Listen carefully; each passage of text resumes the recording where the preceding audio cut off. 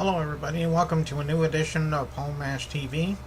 I'm Paul Mash, and we're glad that you could join us. We're getting, feedback all the time from you, and we'd love to hear more from you. And you'll have a chance to get, talk to us at the end of the show during the closing credits. You'll have all the addresses available to contact me through Facebook and email and so forth. So stay tuned for that. Right now, we got an interview with an international R&B recording star. Her name is Diane Carter, and I think you'll really like this lady. So, without further ado, let's take it away with Diane Carter right here on Paul Mash TV. Welcome to another interview with Paul Mash right here. We have somebody from Raleigh, North Carolina. She's an international recording star, and her name is Diane Carter. Thanks for joining us, Diane. Thanks for having me. Okay, well, we're glad to have you.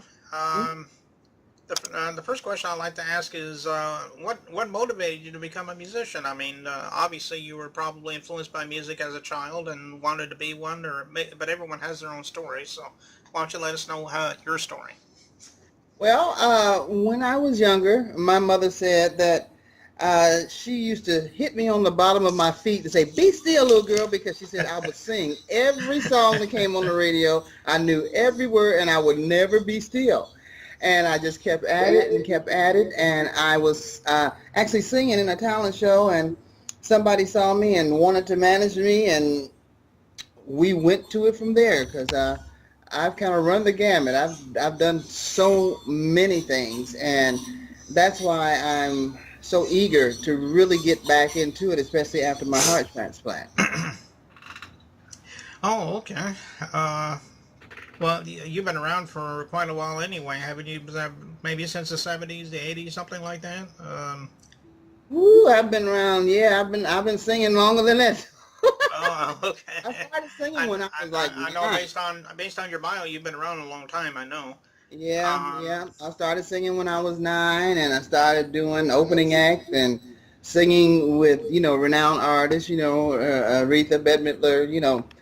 Uh, Brian McKnight, Phyllis Hyman, a slew of people. And I'm not good at name dropping, but I have been with some of the best, and I have been with maybe a few of the worst, but I was with, when I moved here, I was still with Tina Marie, and I had did Rick James. And so if Tina hadn't died, I probably would still be with her. Yeah, and I remember a few of her songs back when I was a teenager, back in the 80s. Hmm. And I remember, I think Lover Girl was the one I remember. Yes. That was a pretty good song. Hmm. And yeah, and it wasn't but a couple of years ago I found out that she had passed away, like you said. I think that's a loss to the music industry because she was a very good singer. Oh, she was a fantastic performer. I love going on tour and getting on the stage with her because that girl worked that stage, and she also gave us an opportunity to come up front too, which was great.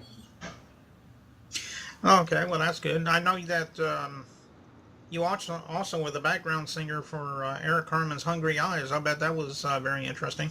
Yes, it was because I was with a group at the time, and we were one of the groups in Ohio, in Cleveland, that when the studio needed somebody to come in and get it done, they called us. And we just happened to have come in town, and they called us, and they made us sign off on it because it was a spec deal. Because we did the song almost a year or so before Dirty Dancing came out. So I was upset when Dirty Dancing came out. I'm like, we signed off on that one? No, not that one, uh, But we had signed off on it, but it's okay. I hear my voice. I know what I sound like. Because when I saw the video, I'm like, wait a minute, who is these girls, But it was mhm. it was kind of funny. Well, what are some of the influences that encouraged you in the music? I'm sure there's been a lot of them over the years. Maybe you can mention a few of them to us. Well, who really influenced me when I was growing up was Gladys Knight. Hmm. I loved her voice. I loved the sultriness of her voice, and because my voice was deep, I thought, oh, I could do that. I could sound like that, But then I ended up going to college and I went to a voice class. And what was funny about it is that my teacher would not let me talk in my regular voice. He Mm-hmm. would say, "When Diane, when you come in the room, I want you to say, 'Hi, Mr. Bushman.'" I'm like, "What?" And I'm like, "So don't use it enough. 'Hi, Mr. Bushman.'" I'm like, "That's not gonna work for me." So I didn't last in that class very long. I kind of I got on out of that, but everything else, I love Aretha. I can kind of mimic everybody. There's so many people that folks say that I kind of sound like, but I sound like me. That's what that's what I think I sound like. Yeah, based on what you were just talking about last night, I only know a few of her songs, but the one that I mostly remember her was that song that she did with Elton John and I think Stevie Wonder, where they did "That's What Friends Are For." I think Dionne Warwick was in that song too. Yeah, And yeah.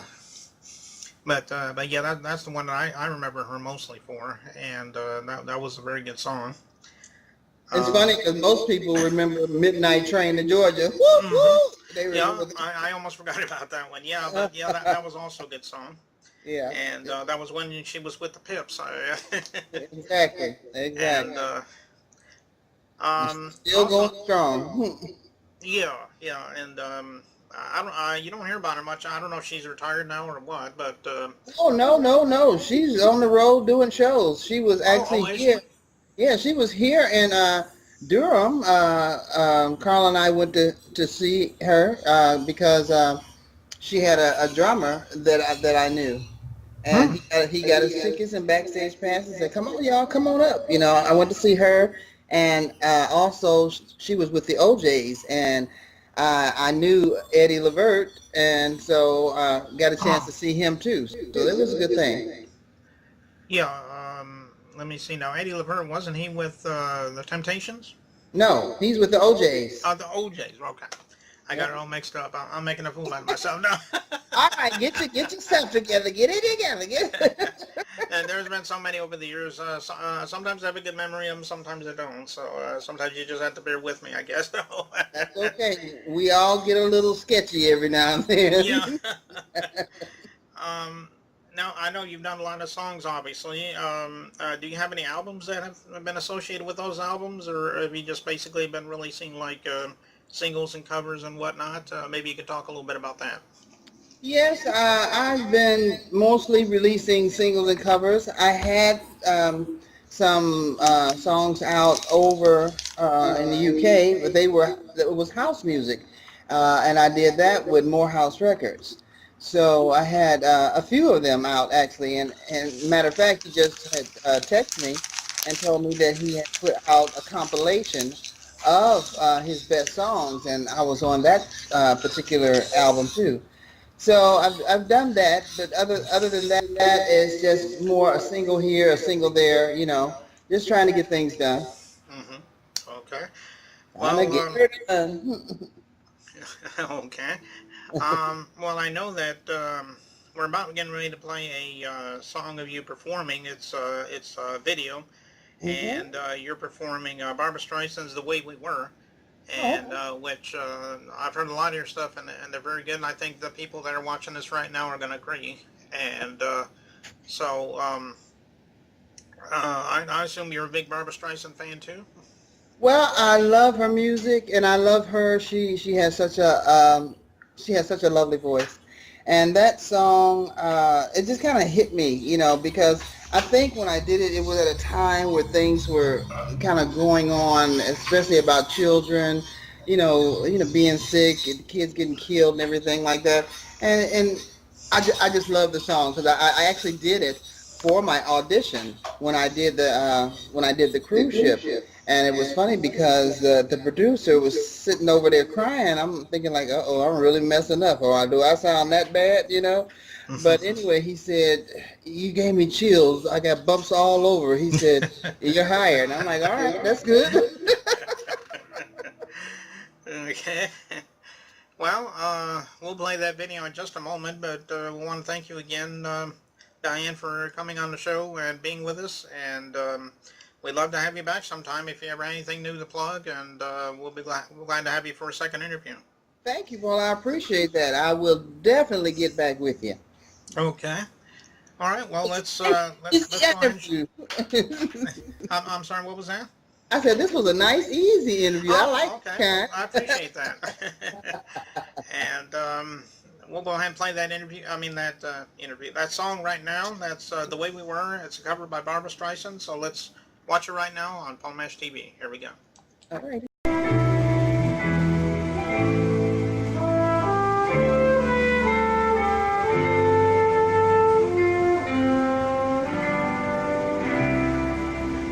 Can it be that it was all so simple then?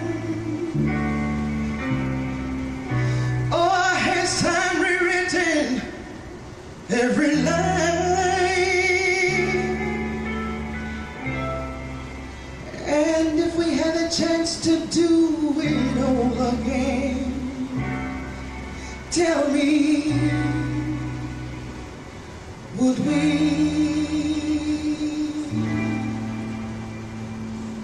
Could we?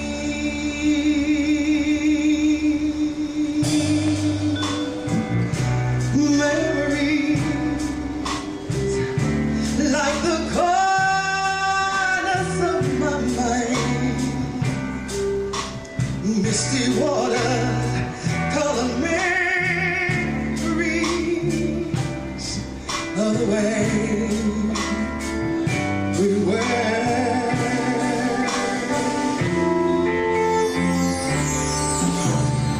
Scattered pictures of the smiles we left behind, some vows we gave to one another, the way we were.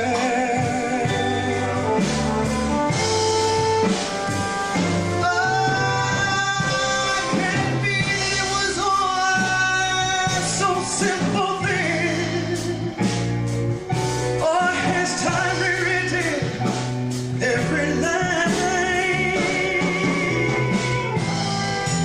And if we had a chance to do it all again, tell me, would we?